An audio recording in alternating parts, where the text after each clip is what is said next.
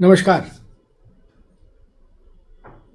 मिल्कीपुर में नाक की लड़ाई है, नाक का सवाल है।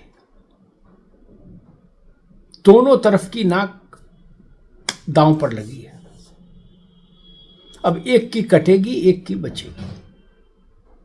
आज मतदान है मिल्कीपुर में। कहने को तो उपचुनाव है, लेकिन इसका ताप बड़े बड़े चुनावों से ज्यादा है। प्रायोजक हैं cancer healer centre, a new beginning. Bharatiya Janata party की केंद्रीय नेतृत्व की निगाह भी मिल्कीपुर पर लगी हुई है, जान लीजिए। और प्रदेश की जो सबसे बड़ी विपक्षी पार्टी है, समाजवादी पार्टी,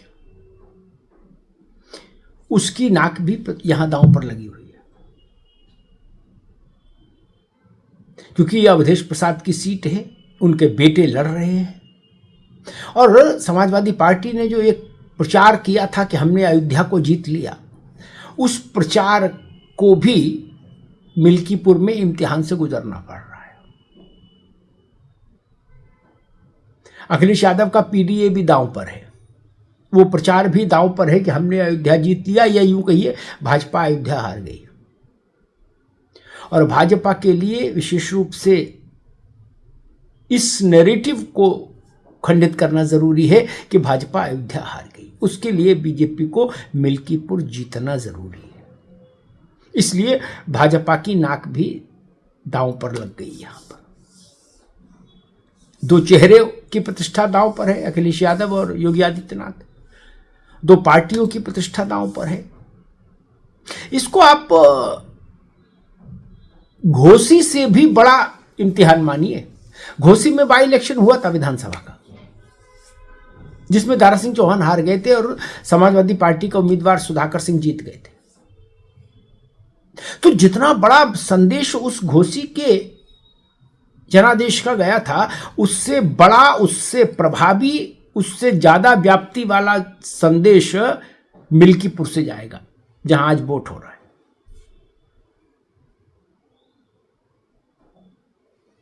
भाजपा चाहेगी कि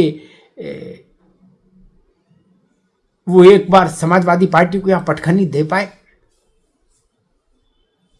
ताकि वो ये कह पाए कि अयोध्या की भूमि पर समाजवादी पार्टी को नकारा गया। समाजवादी पार्टी इसके विपरीत प्रयास में लगी है।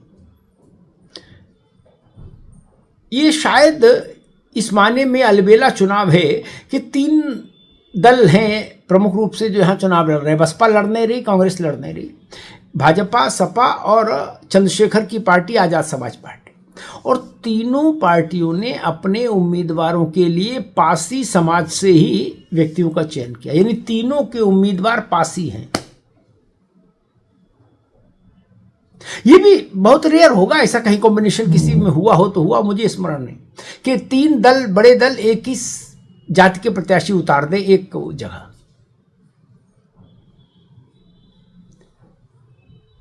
धर्म में तो हुआ कि तीन बड़े दलों ने मुसलमान प्रत्याशी एक जगह उतार दिए, चौथे ने कोई और उतार दिया, लेकिन जाति पर ऐसा नहीं हुआ होगा, मेरे स्मरण में तो नहीं कम से कम। और मिल्कीपुर के अगर कास्ट कॉम्बिनेशन कंपोजिशन को ध्यान में रखे तो वह दलितों की संख्या ज्यादा है, स्वाभाविक है, और दलितों में पासी की संख्या सबसे ज्यादा है। लेकिन अगर दलित एक कोई ब्लॉक के रूप में न देखें तो मिल्कीपुर में ब्राह्मण मतदाताओं की तादाद पासी मतदाताओं से ज्यादा है। ये हैरानी की बात है ना। जो नैरेटिव है, जो शोर है, वो दूसरा है मिल्कीपुर को लेकर। लेकिन वहां की सामाजिक संरचना ये है कि ब्राह्मणों की तादाद लगभग 70-75 हजार है उस विधानसभा क्षेत्र में। पासी, तीनों के उम्मीदवार पासी हैं, भाजपा, सपा और आजाद समाज। अब इसमें महत्वपूर्ण हो जाएंगे ब्राह्मण, क्योंकि पासी विभक्त होगा, स्वाभाविक है। किसी को कम किसी को ज्यादा, लेकिन सबको कुछ कुछ मिलेगा। दलित का विभाजन होगा।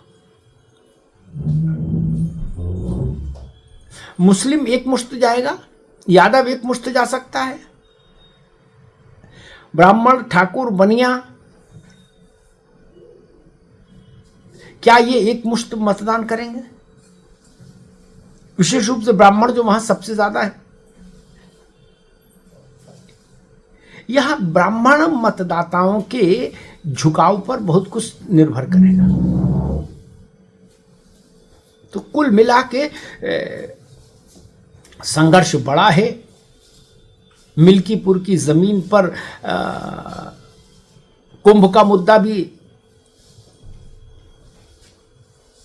चुनाव के दौरान चर्चा का विषय रहा है। अब देखना यह है कि मिल्कीपुर के मतदाता इन तमाम मुद्दों के शोरगुल में अपना मन क्या बनाते हैं। लेकिन जो भी जनादेश आएगा 8 तारीख को मिल्कीपुर का, वो भाजपा या सपा इन दो में से किसी एक के लिए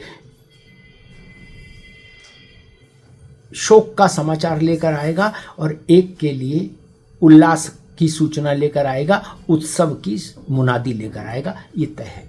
धन्यवाद। प्रायोजक हैं cancer healer centre, a new beginning.